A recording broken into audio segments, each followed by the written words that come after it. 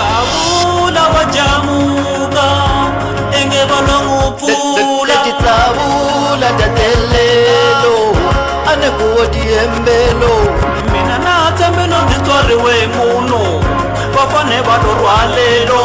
mara ingasoli joti zamela Tsavula na yayimbelela vaisoli mkhayo wabona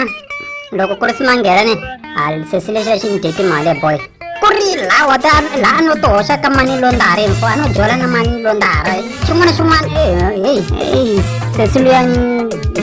Sesiluyani Nhluvini Sesiluyani na Kwata na Nzonda na la tikweni swidumini sweswo va swi tiva ku na Muvenga uzonda munhu uza uduma tikweni hayi na